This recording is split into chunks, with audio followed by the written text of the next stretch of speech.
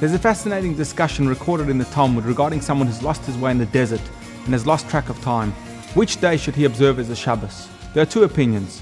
Rav Huna says, count 6 days, let the 7th day be Shabbos. Rav Chia Barav says, let the first day that you realize that you've lost track of time be the Shabbos, and then count another 6 days, and then observe the next Shabbos. What are they arguing about? What are these two opinions about?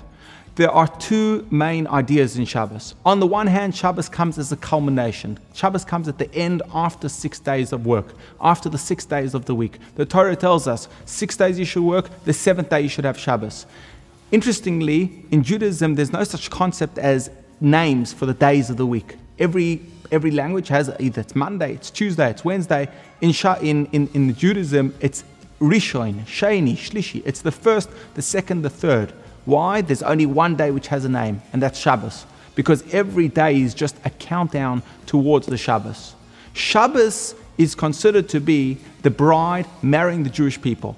We say it in the Lechodoidi. Lechodoidi likras kala panei Shabbos nekabala. Come out my bride, come out my beloved to meet the bride. The Jewish people are marrying the Shabbos. And just like a marriage, the more you invest in it, the more you prepare for it, the greater the effort that you put into it, the more you're going to take out of it. As our sages famously tell us, Misha torach l'Shabbos yochal b'Shabbos. The one who invests in Shabbos, the one who exerts himself over Shabbos, will eat on Shabbos.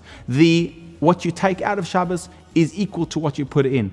If the effort is going to be just about the food, then it's going to be a palatable Shabbos. If the effort is going to be something more holy, if it's going to be with learning, with preparation, in a spiritual way, then one will have a spiritual Shabbos. This is what the Torah means when it tells us, Zachor es yom HaShabbos l'kadshoy. Remember the Shabbos to make it holy, which means remember the Shabbos throughout the week, l'kadshoy, so that you will make it holy when it comes by. Prepare for the Shabbos in a holy way, and then you'll have a holy Shabbos. That's on the one hand, and that's what Rav Huna says. You can't just have Shabbos. You've got to have 6 days of preparation, and only then you can have the holy day of Shabbos. If you're lost in the desert, count 6 days, then have your Shabbos. Whereas Rabbi Chia Barav says, no, Shabbos is the day which is called the Makor HaBracha. It is the source of blessing, as we say in the Lechodoidi. It's the day which takes blessing and injects that vitality, that enthusiasm, that holiness, that spirituality, the Kedusha of Shabbos into the rest of the week, giving it so much. And that is all expressed in the Havdalah ceremony on Shabbos.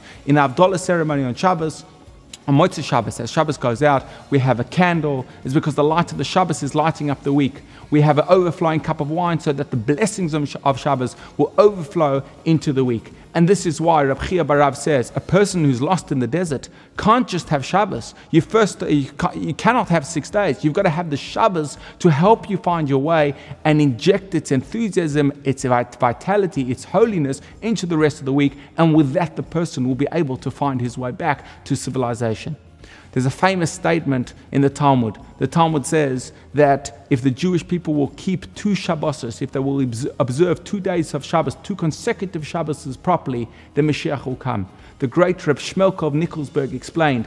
He said that the first Shabbos, once you've prepared for the first Shabbos, you have that great Shabbos, the injection that first Shabbos will give to the rest of the week, it will be a Makor HaBracha. It will give blessing to the rest of the week. And when it gives us blessing to the rest of the week, it will enable one to properly prepare for the next Shabbos. That second Shabbos will be so perfect that will bring the redemption. So too here in Sydney, last year was the first year of the Shabbos project. Last year we prepared, we had an amazing Shabbos. Let the energy of that Shabbos be injected into our preparations for this Shabbos, that we will have a most amazing Shabbos which will bring the ultimate redemption.